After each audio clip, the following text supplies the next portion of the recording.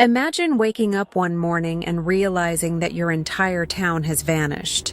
Not destroyed, not abandoned, simply gone, as if it never existed at all.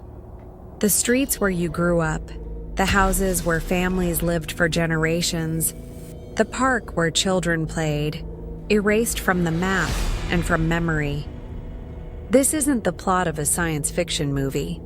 It's a chilling, real-life phenomenon that left investigators, scientists, and locals questioning the nature of reality itself.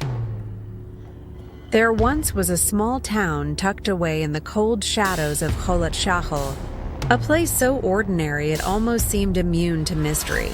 It had a small market, a school that echoed with laughter, and evenings filled with the smell of wood smoke and cooking fires. It was the kind of town where nothing remarkable ever happened, until everything did. In the weeks leading up to the event, strange reports began to surface. Residents claimed to hear faint whispers carried on the wind, like distant voices calling from the mountains. Some noticed their radios picking up strange distortions, static that almost sounded like speech. Lights were seen flickering in the sky, and dogs barked through the night at things no one could see. Then, one night, everything stopped. When morning came, there were no calls, no signs of life, no movement at all. The town had gone silent. Rescue teams were dispatched after nearby communities reported a total communication blackout. What they found was beyond comprehension. Every house stood untouched. Meals were left half-eaten, still warm on the table. Lamps were still on, doors unlocked. There was no sign of panic, no evidence of a struggle, and not a single human being anywhere in sight. The streets were empty, the air unnervingly still. It was as if time itself had frozen mid-step and then decided to erase the people entirely. The first responders were shaken. Many refused to return. Some said it felt like walking through a photograph, too still, too perfect, as if the town itself was only pretending to be real. "We expected survivors or bodies," one search team member reportedly said.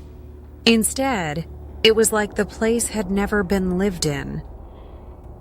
Authorities tried to make sense of it. Theories ranged from natural disasters to mass evacuation, from chemical leaks to secret military experiments. But none of it fit. There were no tracks leading in or out, no signs of chaos or organization, no records of evacuation orders.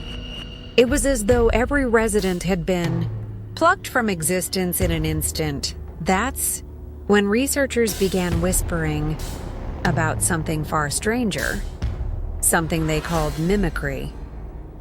The Bia theory suggested that the town hadn't disappeared at all, but had been replaced, not destroyed, but replicated, a perfect imitation of itself, stripped of life, emotion, and energy.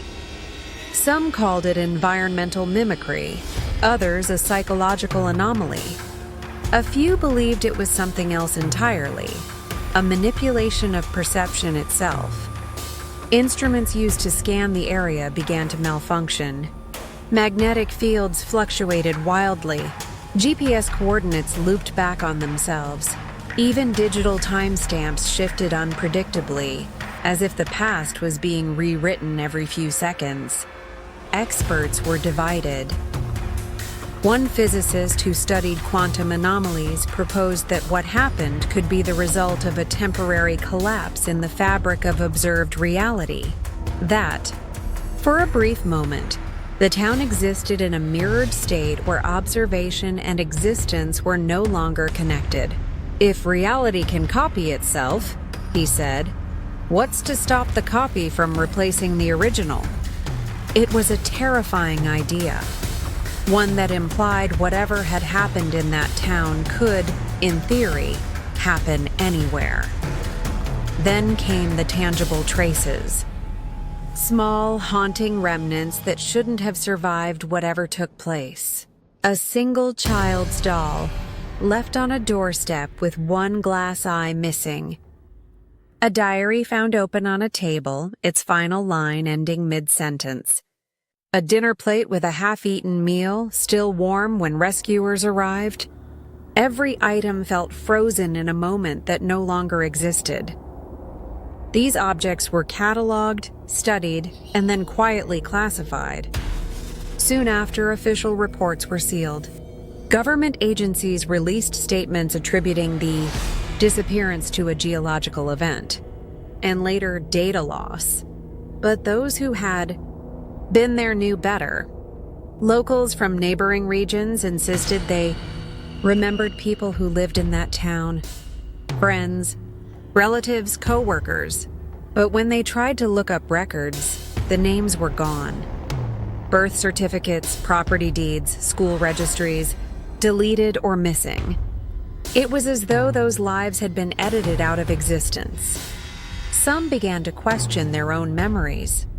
Had the town ever been real? Had they simply imagined it? Others refused to doubt what they knew. They could recall faces, voices, entire conversations. Yet, no evidence remained that any of it had ever occurred. Rumors spread of similar events in isolated places throughout history. Entire settlements vanishing overnight. Civilizations swallowed without explanation. Roanoke, Puerto Verde, the Dyatlov Pass. Were these all separate incidents, or part of a larger pattern repeating itself through time? Each case carried whispers of mimicry, traces of existence without life, shadows of something that once was. To this day, the site of the vanished town is sealed off. Satellites still show the faint outline of streets and foundations, but when researchers attempt to visit, their equipment fails. GPS readings loop endlessly, compasses spin, and footage comes back distorted. Some say the place still exists, but only as a reflection, a copy of something that was once real. Others say the mimicry continues to spread, erasing and replacing in silence, just beyond our perception. And maybe that's the most disturbing part of all. Because if reality can mimic itself, if what we see and touch can be nothing more than a copy of what once was, how would we ever know what's missing? How would we know if the world around us has already begun to vanish, piece by piece, while we continue living inside the imitation? Maybe this isn't a story about a town that disappeared. Maybe it's a story about what's left behind when reality moves on, and the terrifying thought that one day we might wake up to find our own world has quietly done the same.